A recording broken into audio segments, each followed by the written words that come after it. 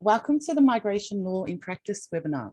Following the Immigration Museum excursion last month, this is the second Dictum event for migration law students.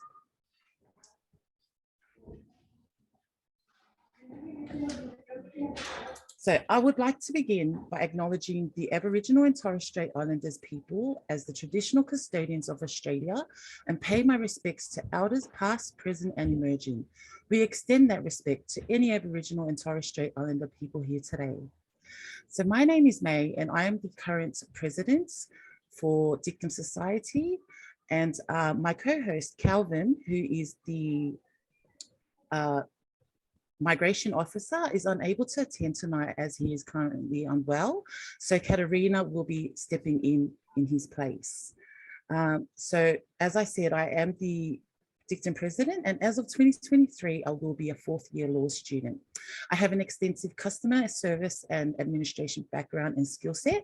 I am a mother of 6 and I am the eldest of 5. Being part of Dictum, I have been able to meet amazing and inspiring people in law, such as Catherine and Margie. I have loved every minute of being part of the Dictum family, as it has allowed me to be a voice and a face for all the VU law students, migration students and criminology students and staff. It has provided me with opportunities to offer VU students great networking opportunities and events, and the chances to get to know what their options are while at uni and after uni. Just a quick reminder, we do have the Law Ball coming up, so get in quick and purchase your tickets now. But enough about me, as we will now quickly go through some housekeeping rules. So with the housekeeping rules, you are free to have your cameras on or off, but we would much prefer you have it on. Please ensure that you remain on mute. Should you have a question, please use the raise hand function or ask in the chat option. This session will run for 1 hour and 30 minutes until 8 p.m. the latest. As I said, all are welcome to note questions or comments in the chat box throughout the session. So now that we have all the housekeeping out of the way, I believe most of the audiences here are current migration law students. So when we're equipping with ourselves with the legal knowledge and skills attending classes, doing assignments and preparing for exams, it is also equally important to get prepared for the real world of migration practice. You might wish to become a migration lawyer, join the government agencies, or run your own business. No matter which career path you're on, you are going to learn a lot from our speakers tonight who have extensive experience in the industry. I also encourage you to ask as many questions as you can during the Q&A session, which I believe is the key to this seminar. So I now have the privilege of introducing our first guest speaker, Margie Adorno. Thank you, May. Hello, Margie. So I'll quickly go through, actually I'll hand it over to you, Margie, and if you can introduce yourself. Sure, thanks, May, and to everyone at the Dictum Law Student Society and VU, and hello, fellow students. Firstly, I'd like to acknowledge that I'm reporting today from the Migration Institute of Australia Conference here on Nipaluna land, otherwise known as Hobart. I'd like to acknowledge the Muwinina people, the traditional owners of the land upon which I am working tonight, and I pay respect to Aboriginal elders past and present. May, as you know, May, I'm currently working in migration as an administration assistant at a boutique firm called AVI. AVI is an abbreviation for Australian Visa and Immigration Experts. We're based in Gardenvale, which is in the Bayside area of Melbourne, which is Boon Wurrung land. I actually love working at AVI, and I haven't even made it through what I'm calling the apprenticeship stage.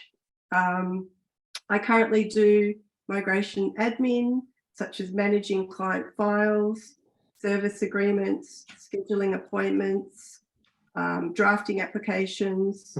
I support the immigration director when she guest speaks to international students about their subclass 500, their 485, life after graduation, working visa pathways, that type of thing. And I also support the second in charge, and 2 other RMAs. As well, in the job, I conduct research. If any of the RMAs have, let's say, a complex case matter and they want me to investigate something on our very favourite Legend Com. And in the near future, I will hope to be practicing and doing a business development hybrid type of role. I was approached by VU Alumni Relations Manager, I think it was last month, and I thought she honestly must have mistaken me with another student. She introduced me to May, and I explained to May that I am far, far from a model student, and Catherine can probably vouch for that. When I was struggling with some of the more complex migration law subjects, I can confess to you, and hopefully fellow students you can relate, that I was quick to take a uni mentor's advice, which was, Margie, a pass is a pass. So that's why I'm possibly not a model student. I shared some of this journey with May, and she explained that the workshop today that we're in today is not about how to get a high distinction, but it's providing students with encouragement. I've successfully transitioned from student to migration law apprentice with 2 mantras. I hope they can encourage you to find some that are appropriate to your journey. So the first, never give up. The second, fake it till you make it. Obviously, in the context of migration law, you would have to give up some of the time. And obviously you can't fake anything, thanks to our old friend Pick 4020. But what I mean is, never give up on yourself if you are determined to practice migration law and be happy in your work life.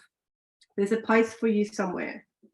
My personal journey involved having to schedule a really important business meeting, a later in life career switch meeting with a VIP person. That person knew me better than anyone else on planet Earth, and that person will be at my deathbed. Who was that? Me. I had to hold a 1-person conference with myself, and the agenda was, and hopefully you can take note of this for your future 1-person meeting. The agenda was 1, what are my values? 2, what is my worth, or what do I contribute to the workplace? 3, what do I contribute or want to contribute to community or the world? 4, what are my lifestyle needs? 5, what does that look like financially? 6, how do I want to present myself to a future employer and why? And 7, in my elevator pitch, or that first impression moment in an interview or when you meet somebody, how do I balance professionalism with being human and being myself? For me, that was a key challenge. So until you can succinctly articulate these aspects of who you are, how on earth can anyone else understand what you have to offer? So that was a really productive exercise I did with myself. So I work for Nicole Kirkwood, who's the Immigration Director at AVI. She has 13 years experience in the migration industry. And when I went to her and asked what her experience was, one of the common themes, I've heard this a few times, is that it's incredibly hard to find a work-life balance in this industry. Long hours, large caseloads, and when you're researching where you think you want to work, her advice to all of us is ask about the caseloads. It's not uncommon to have pre-lodgement caseloads of 70 plus. In her opinion, more than 80 leads to mistakes, 70 is hard, 40 to 50 is uncommon, but it will allow you time to learn and provide the clients with the service that they're entitled to lawfully and just ethically. And also the bonus might be that you'll get home before 11 p.m. and not work weekends. Her other advice was look at the people in the workplace. Are they happy? Do they look happy? How long have they worked there? Don't be shy to interview. Don't be too shy to ask to interview with the staff as well as the boss. That's a new thing that's trending. Just have that confidence. Stalk the employer. Look at glassdoor.com.au. What are other ex-employers saying about these guys? Develop networks. What's the word on the street? What do they say on LinkedIn, etc.? Find your people. Look at Google reviews. Are the clients happy? Look for somewhere to work where you can learn. Exposure to as many visas as possible, as many opportunities as possible, because with this experience, later will come the salary and the more opportunity. So that was sort of all her words. And one of the points about finding your people, that is fundamental. My colleague at AVI plays in a rock band and is a photographer, creative on the side. And that is my people. I couldn't believe my luck. So from my perspective though, if you can manage the juggle, get into the industry in any capacity whatsoever related to your law studies as soon as possible. I personally was fortunate enough to have saved enough working capital from the sale of a previous business to be able to shop around and do what I was calling uni placements, even though we don't have formal uni placements through VU. That's what I was calling them when I was shopping around. And in the space of about, I think it was 8 or 9 weeks, I volunteered my services and I did admin for a sole trader, an RMA that specialised in student visas, mainly Brazilians. And as well, I worked and actually got paid, even though it was minimum wages, and experienced life in a visa machine type of company. Like, to me, it was like a sausage factory. Upon reflection, that was the best way to learn what I absolutely did not want to do with my migration law studies. So yeah, after those 2 not so inspiring experiences, I decided to take this mission of getting into the industry to a new level. And I met with friends that work in HR because that's their specialty. I shared my journey and my CV and I workshopped it with them. And one HR friend is a CEO. She's a CEO of an HR company. She's probably on about $500,000 in wages a year with a work-life balance. So she was like a goddess to me and a wealth of information. My takeaways from a coffee with her were 3. Number 1, in migration, you need a mentor. It is so difficult to navigate it on your own. So number 1, get yourself a mentor.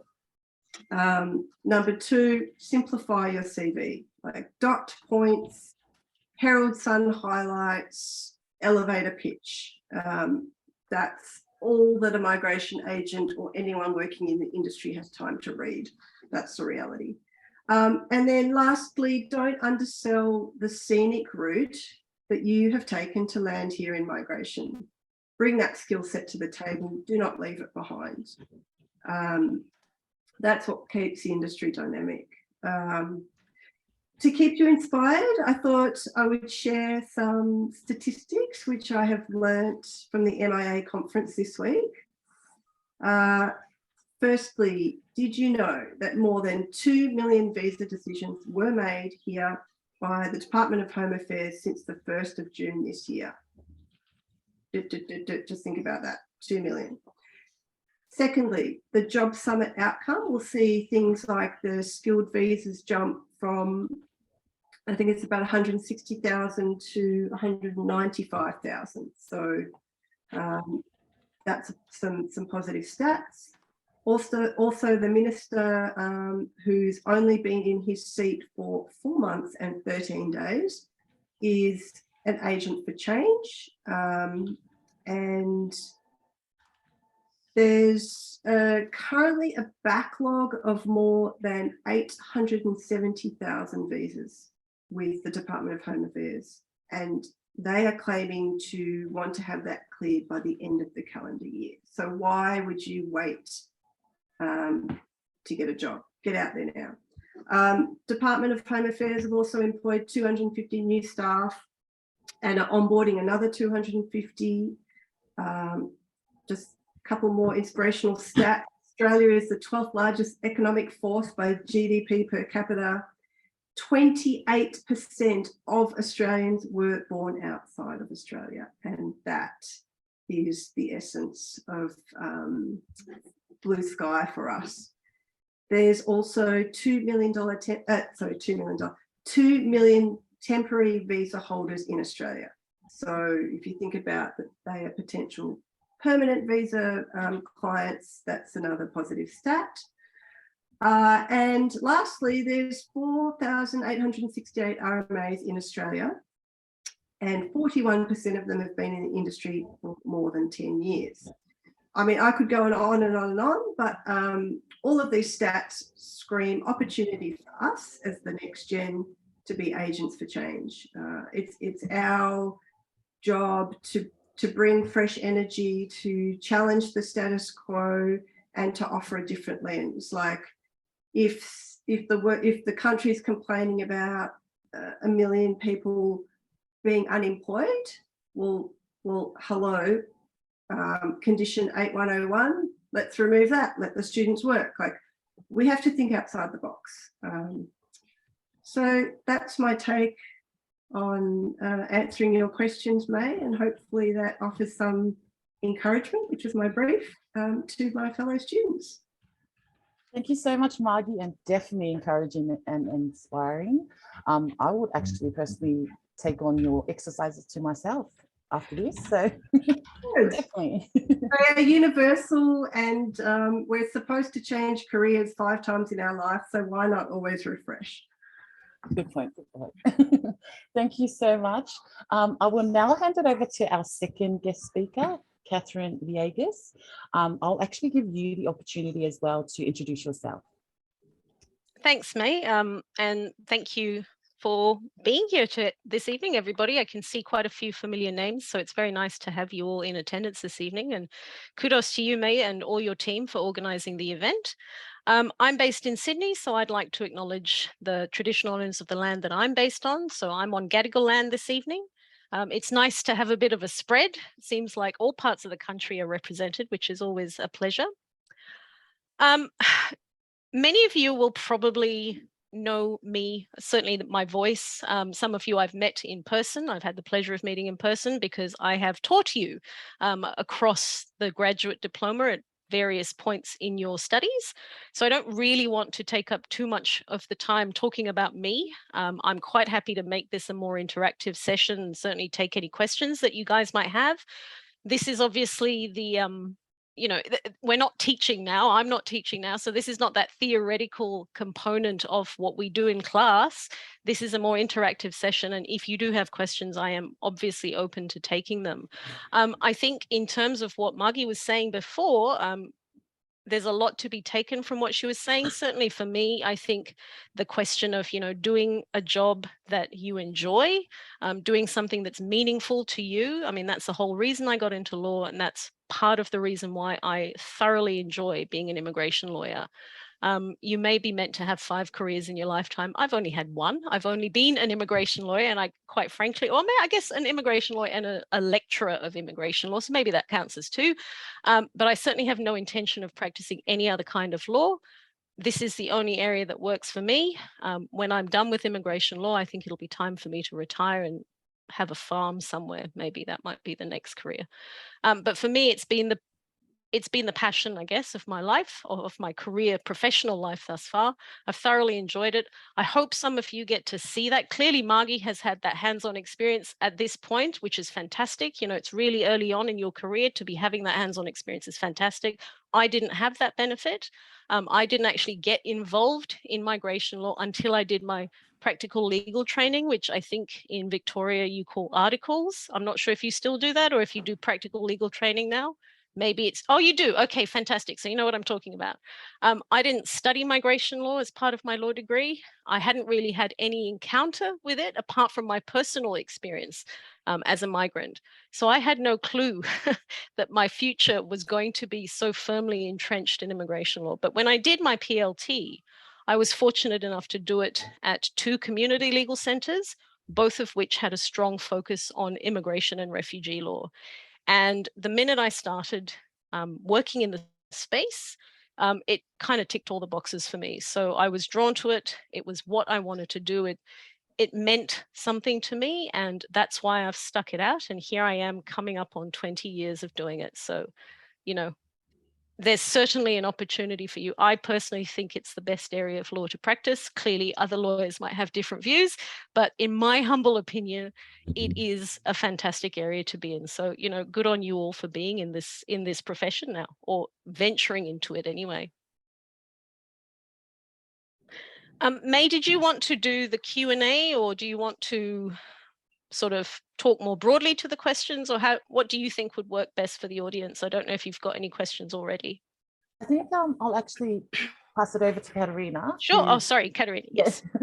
So Katerina is one of my president's officers, and she will take over our Q&As for tonight. And also introduce yourself.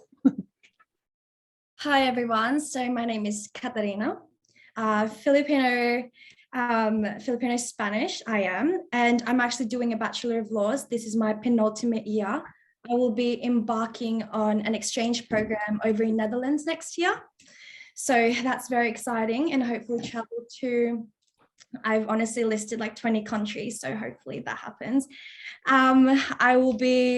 I think there's some questions as well that May has sent me that you guys have sent to her. So I'll just read them now.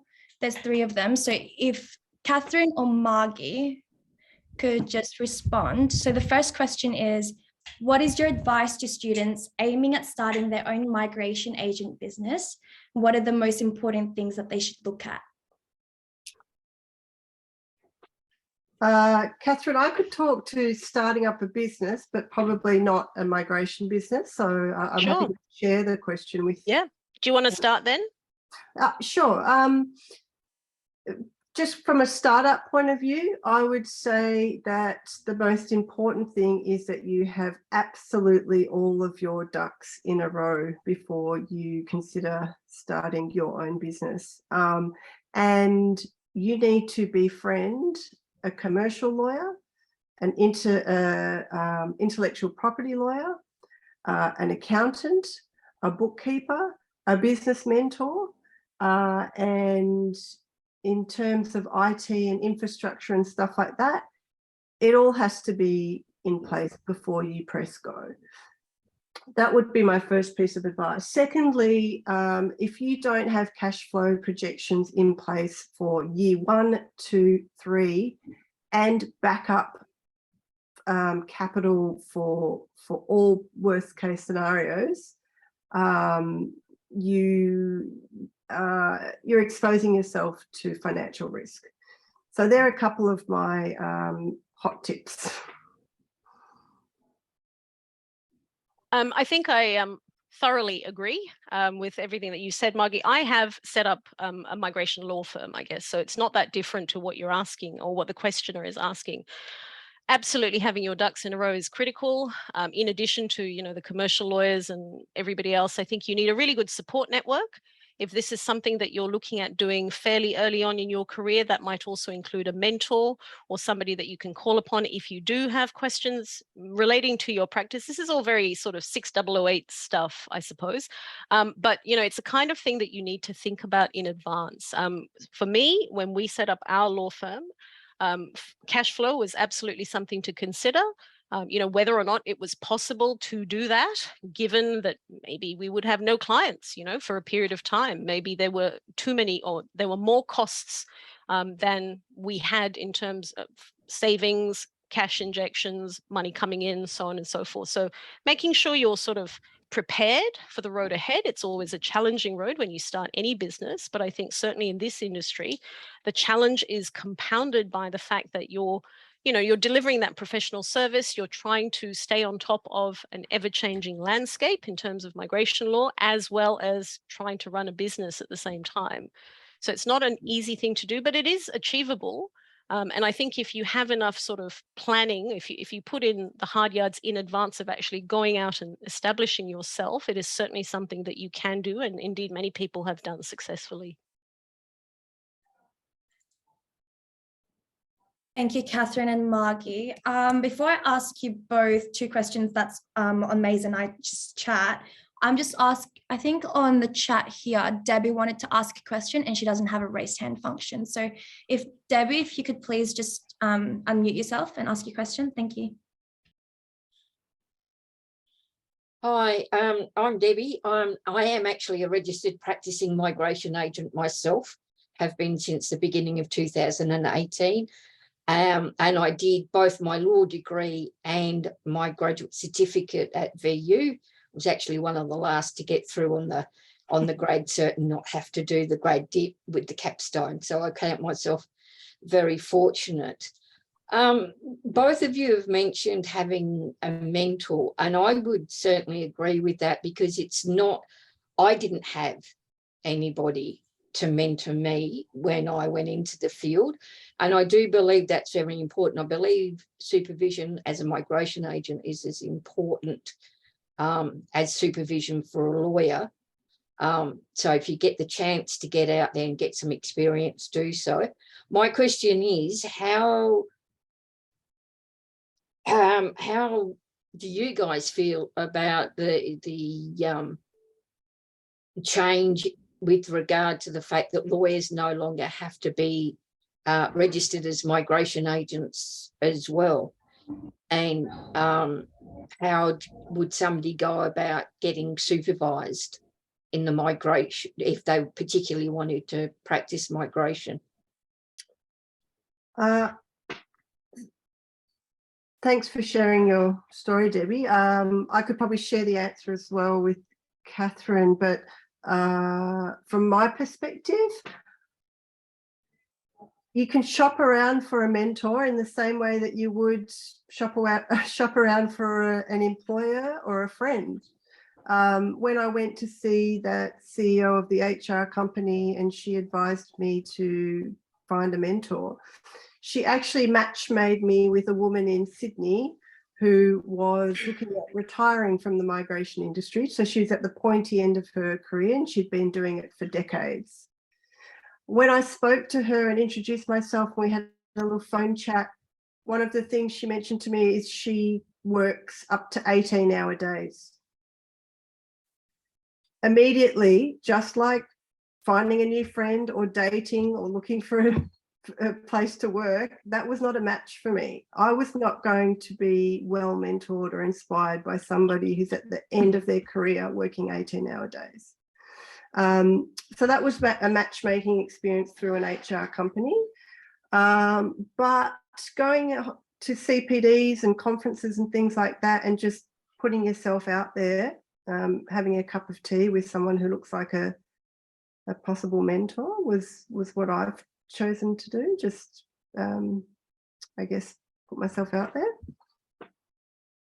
Yeah, I think that's the right approach. I think, as Margie said, Debbie, really, if you know of somebody in the profession who you think is doing the type of work that you're interested in or is running the type of practice that you'd like to work with, there's no harm in just reaching out to them. I mean, I get messages on a regular basis via LinkedIn, people wanting to have a coffee and, have a chat, and maybe, I don't know where they think it's going to go, but certainly they approach me. So clearly they want to have that sort of network, or they want to establish that sort of rapport with me. And in some cases, I have developed mentor type relationships with some of the people who've approached me because of that values alignment.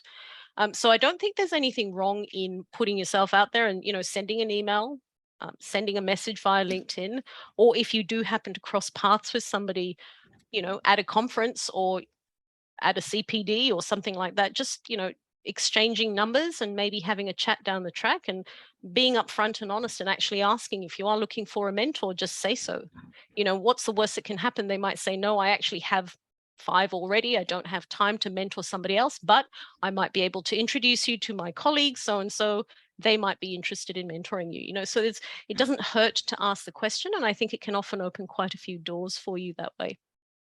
Yeah, unfortunately for me, all through law school and even now, I live in a regional area and I live near Shepparton. So it makes it very hard to be able to get to a lot of those events. Yes. And be bold and brassy, if you will. And I'm also 62 years of age, so that makes it quite challenging as well. I've never been one to be able to sell myself in any way, and that certainly screams out to me now when I'm trying to find supervision as a lawyer. Do you know, sorry to interrupt, go ahead. I was just going to say potentially for you, Debbie, and that's not unusual for people in regional parts of the country. Perhaps for you, LinkedIn might be the best way to sort of build your network, you know, have a look around Shepparton or wherever it is that you're based and see what immigration lawyers are around you. Potentially, you might find, or you might be able to connect with somebody that way. I was going to say something very similar about Facebook, because I know that there's a lot of women's migration support groups on Facebook. And then when you find your people within that group, you might graduate to the more personal WhatsApp group chat. There is definitely support out there, and LinkedIn, as Catherine said, or Facebook could get you as personal as into a women's support group on WhatsApp. So yeah, don't give up. No, I definitely won't give up. I am actually a member of 3 forums on Facebook that are particularly for migration agents and lawyers. Great. So yeah, I do get a lot of support that way. Yeah, it is challenging though at my age. But I would encourage anybody that's thinking about getting into migration law, if you really feel that that's a passion, go for it. I came into it because my husband, when I met him, was an unlawful non-citizen, and I managed to take him from an unlawful non-citizen through to being a permanent resident, and from that to citizenship, and was then able to bring his 3 children out from India.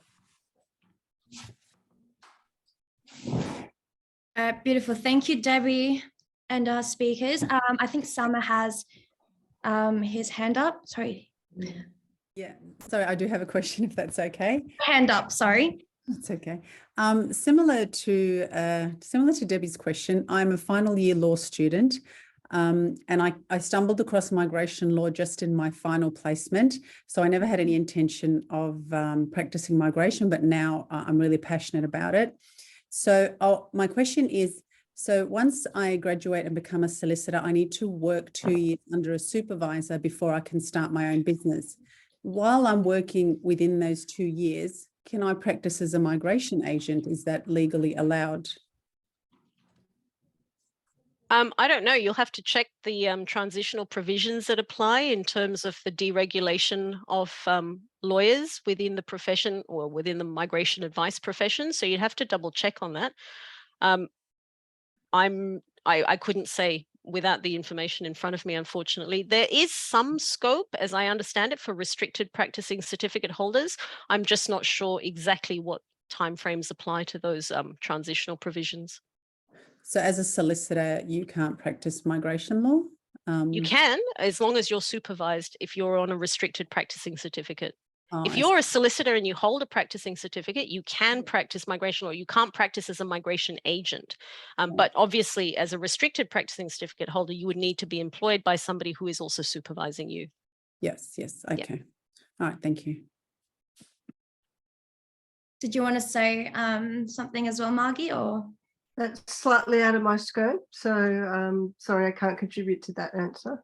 No, that's okay. Joey, you have your hand up. Hi, everyone. Good afternoon. I would just like to ask is I really want to practice migration law after I graduate law school. I'm currently on my 2nd year, and I was wondering, would it be an edge to have your PLTs done if ever that you want to do migration law, or would it be okay that after you graduate law school, just practice migration or migration law? I guess it depends on whether you want to practice as a migration agent or as a solicitor. If you do want to practice as a solicitor, then you would need to, as we were saying with Selma before, you'd need to go through that process of being a restricted practicing certificate holder and then being supervised for 2 years and then, being set free as an unrestricted practicing certificate holder to do it. If you've completed your law degree and you choose to go through the process of registering as a migration agent and then practicing as a migration agent, that is also an opportunity that you can explore, and that might work better for you. Thank you so much, Catherine. No problem. Thank you, Ming. Thank you, Katrina. You're welcome. Thank you, Joey. The next question I have here is, I'm a mature age student working full time and have no law background. Shall I continue to study and become a migration lawyer, or should I take the capstone exam and get registered as a migration agent? That's another how long is a piece of string question. I think it's a really difficult one to answer. And ultimately it's going to depend on what works best for you. I think, you know, for me, there was, sorry, I think somebody needs to put themselves on mute, if that's all right. Sorry, for me, the answer was, I guess, clear, but for other people, it may not be as clear. If you do want to practice as a solicitor, then you have to go through that process of PLT and being restricted and being eventually unrestricted. But there's nothing to stop you doing the capstone exam. And then if you do pass it, practicing as a registered migration agent. Thank you, Catherine. And the last question that we have here is, what is your passion to keep you going in the migration field? Can you share with us any stories? I can share a fresh one from last night. So at the Migration Institute of Australia conference, they had a very special guest by the name of Craig Foster. And if you don't know who he is and you are interested in migration law, you need to Google him immediately. He is a human rights advocate. He's been on SBS for 20 years. He's a public figure. He's all the things. He got up and guest spoke and told quite a few stories, compelling stories. One in particular about the girls who escaped the Taliban and have started the soccer team in Sydney. He talked a lot about the, you know, saying no to racism campaign and things like that. I actually went to this, I've started in the industry, I'm still doing the course, and I went to this conference on a fact-finding mission to see whether I could do this. Like, what is this all about? And after Craig's presentation, I had tears falling into my dinner plate, and I just went, yep. You know, we can use our heart and our head to help people and be remunerated as we want to. We could do pro bono, we could earn millions of dollars. It's so vast. So that's how I personally am going to stay inspired, by constantly surrounding myself with inspirational people in the migration space like Craig Foster. And Catherine, who we're all fortunate enough to be connected to today. That's very, very kind of you. I certainly don't think I'm in the same category as Craig, but it's very flattering. Look, I think, you know, the piece that we all love about migration law is that you actually get to change people's lives. I mean, not many people actually get to do that. But if you're working in this space, you do get to make a really positive change in somebody's life. And until today, I think it is a huge privilege every time somebody trusts me with that sort of responsibility. The first few years of my practice, I continually was like, what the hell are these people thinking, giving me their work? Like, it's insane that they would trust me to do this, but they did, and here I am. So, you know, it is a massive privilege, and I try and keep that foremost in my mind. We do change people's lives for the most part in a really positive way. And we're lucky to be able to do that. And I think if you keep involved in the community, there are many ways that you can contribute. So it's not just in your own practices. You might be volunteering, you might do pro bono work, you might be a mentor, or, you know, work with an association for perhaps, and contribute your skills that way. So there's a lot of ways that you can make, you know, that you can keep yourself motivated and passionate about the type of work that you do. Because if you're doing the same thing day in and day out, regardless of what industry you're in, it's not necessarily going to inspire you. But if you change it up a little bit and you try and find other outlets to use your skills in, I think that for me personally is what keeps it interesting and exciting and reminds me why I was called to this profession. And one of the things that I do myself is I'm actively involved with community legal centres, and I'm the chair of a community legal centre up here in Sydney that gives free immigration assistance to vulnerable migrants and refugees. We, you know, like Craig's story that he shared last night, we have worked with a lot of Afghans since, I suppose, last year. And to see that sort of positive change actually come about in practice. I mean, you see it on the news, you hear people talking about it, the government goes on about it, but then you actually come into a community legal centre one day and there's a tray of beautiful Afghan sweets that has been brought in by these clients who are actually in Australia thanks to the work that you've done. So the opportunities are there, certainly. And I think for me, that is what keeps this profession interesting. Thank you both. I have a question on the chat as well from Jennifer Cohen. I have a law background overseas and studying migration law at the moment. My question is it still a long way to go to become a lawyer here? I think so. I mean, I'm not sure, Jennifer, well, I guess you're doing the graduate diploma, so you're not actually qualifying as a solicitor or as a lawyer in Australia. If you are looking to qualify as a lawyer in Australia, there's a whole other pathway, I guess, that you would have to go down if you did want to qualify as a lawyer. Obviously, doing the graduate diploma will enable you to then take the next step to become a registered migration agent. But if you are keen on becoming a lawyer, then I think there's a different pathway that you need to pursue. I'm not sure how long that is off the top of my head. I think there's a fair amount of work there. But again, that's going to depend on exactly what you're interested in pursuing yourself. Thank you, Catherine. I've got one from Sandeep Panu. He says, I got a bachelor's degree from Victoria recently, and recently I'm doing a grad diploma. Do I need to do IELTS for becoming RMA? I believe so, but that's probably something you'd want to check with Mara directly in terms of the specific requirements that might apply to you. Thank you. And from Salma, can you explain what the capstone exam is, please? The capstone exam is something that apparently strikes fear into the heart of every single student in the grad dip course, I'm coming to understand. I think it is, well, it is a course, it's an exam that is meant to assess somebody's occupational competency.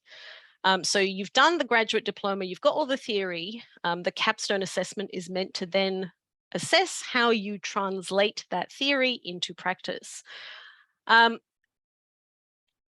It has been traditionally, I'm going to think carefully how I phrase this, traditionally it has been quite a hurdle, as I understand it, in terms of pass rates.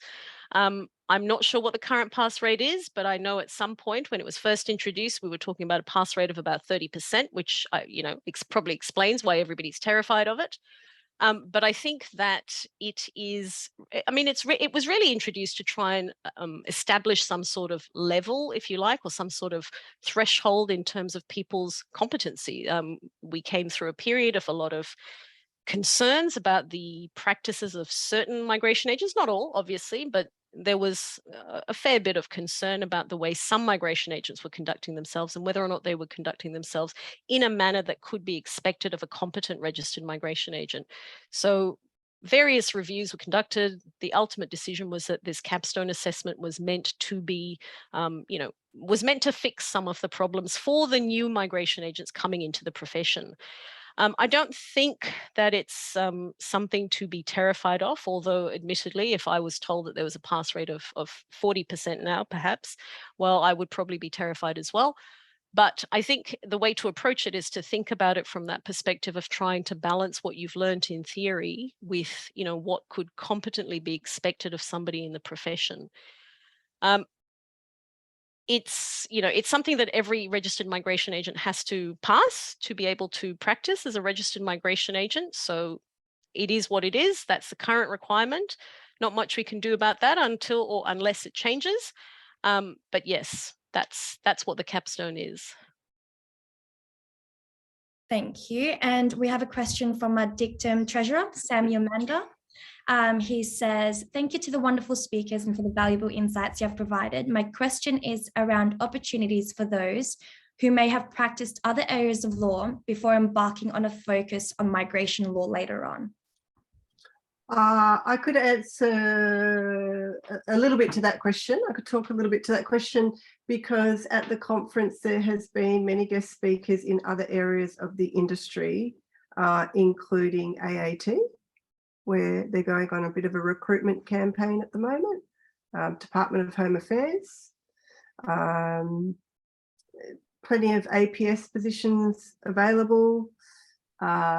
Marketing is a weakness for immigration law, if that's a thing. Business development. There's a couple that I can think of. Catherine could probably chime in with some more ideas. Well, I think you've probably covered off on the majority of them. I guess if you're talking about having practiced in another area of law and then moving into migration, I think the thing to keep in mind, and I find this quite often when I'm talking to other lawyers who, might have a client who has an immigration issue, I think it's important to recognize that immigration law is a very unique area of practice. I think in practice, it is quite different to other areas of law. So for example, other areas of law might be very much driven by black letter law. I think in the immigration space, we also have, the beauty that is immigration policy, which is also quite important to understand. Other lawyers in other areas of practice don't always appreciate that sort of the importance of policy, because in other areas of law, policy is probably not that relevant or not that important. I also think that the department has very specific ways, and the tribunal as well, of communicating. And again, if you're in another area of law, you may not appreciate that. So if you are looking to branch into migration, I think it's probably a good idea to perhaps, have a chat to somebody who is working in migration law, so that at least you kind of have an insight into the profession, and again, build that relationship, because then if you are, say, an employment lawyer who's venturing into migration law, there's a lot of overlap between the two areas. Then at least you have somebody at the other end of the phone who you can pick up and call when you do have a particularly sticky situation. I think since deregulation, a lot of lawyers have been dipping their toes into migration. In my experience, they've been two very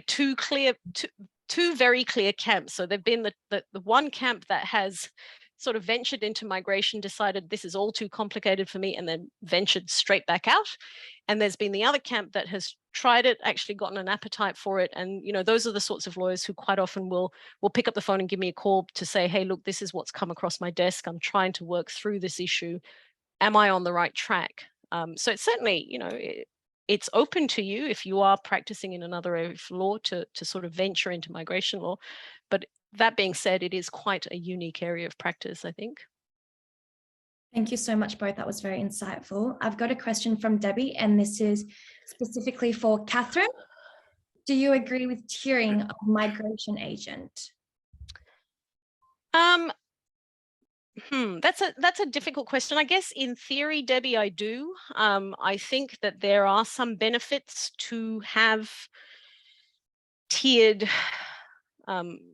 a tiered profession, but I suppose that the issue is that I don't know what the current thought is in terms of how migration agents would be tiered, and I think I'd need to understand that a little bit more before I could actually commit to an idea of tiered migration agents. I know for a fact that in New Zealand, so when you're giving immigration assistance in New Zealand, they do have, I guess, supervision, what we would call supervision here as a solicitor or as a lawyer, I guess. They have supervision in the same way that we do. And I think that that's probably something that perhaps the registered migration agent profession in Australia could benefit from. But again, it's a hard one to call. I think, we'd need to understand how the tiering system worked before we could actually commit to it. I wouldn't want to see a tiering system that perhaps unfairly disadvantaged certain parts of the migration agent cohort. Thank you, Catherine. And we have two similar questions from Jennifer and Sandeep. So their questions are, could you please give us tips on how to pass capstone exam, please? From a student's perspective, in I think it's 6007, Shireen brought a special guest speaker who was an ex-student in to the Zoom room, and she shared her hot tips, which was probably, it's not palatable for everybody, but basically she would allocate sections of her day to reading, I think it was between 10 and 50 sections of the ACT every day leading up to the capstone exam and the regs, and then linking the two together with her notes. So that was one live example. Otherwise, talk to the legal, is it Legal Training Australia organisation? That's their department.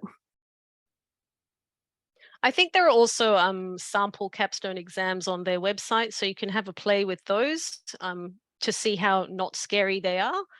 And I guess, you know, go back over old assignments from VU, look at all the feedback you were given and try and, you know, I think the thing to think about in terms of the capstone is that it's not a discrete, I must pass 6003, I must pass 6004. You're not looking at a discrete subject. You're kind of bringing everything together. So from 6001 all the way to 6008, all of that works together, because as I've said, probably you've all heard it to death in my classes, none of this operates in a vacuum.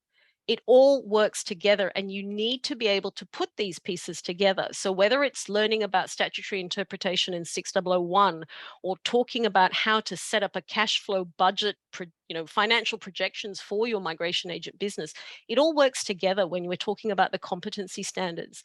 So trying to approach it from a perspective of bringing everything that you've learned in your 8 subjects together and looking at it through that sort of practical lens.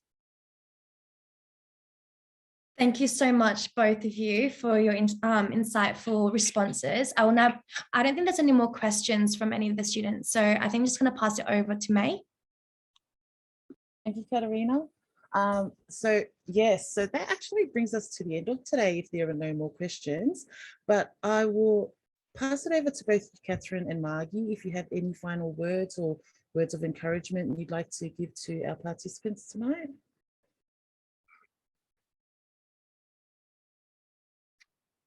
I feel like I've shared all my tips.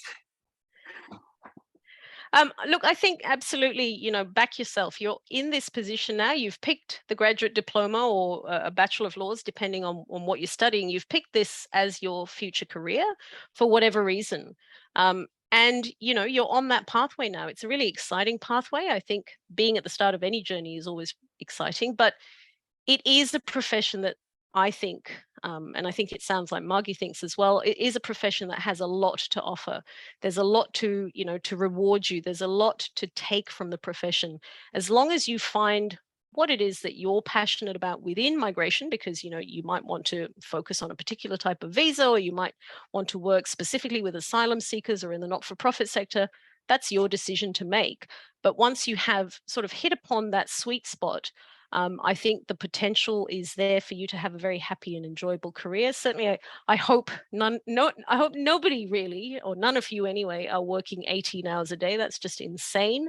But again, as you develop your career, you know, things like making sure that you prioritize your own well-being through the journey will become more and more important and relevant to you. But yeah, I think back yourself. You're in the profession now. Reach out. Go on to LinkedIn, cold call if you have to, get in touch with people who you think might have careers that you might wish to emulate, and see where it takes you, because, you know, all you can do is ask. Awesome. Thank you so much. So as I had mentioned just before, that brings us to the end of today. We thank you all for joining us online, but please join me in thanking our amazing panelists, Catherine and Margie, for giving up their valuable time today to share with us their expertise and to further our understanding and education around the processes of migration law in practice. Now, before we all say farewell, if we can all smile for a photo, which I will now take. So please ensure your camera is turned on if you would like to participate. So I'll give it a minute.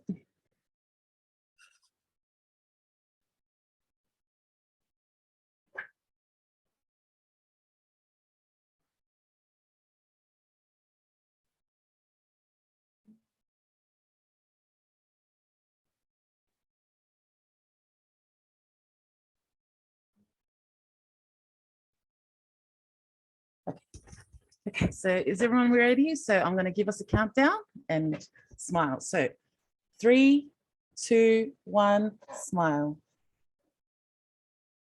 Okay, thank you so much once again, and please stay safe and healthy. Thanks, Thank May. you.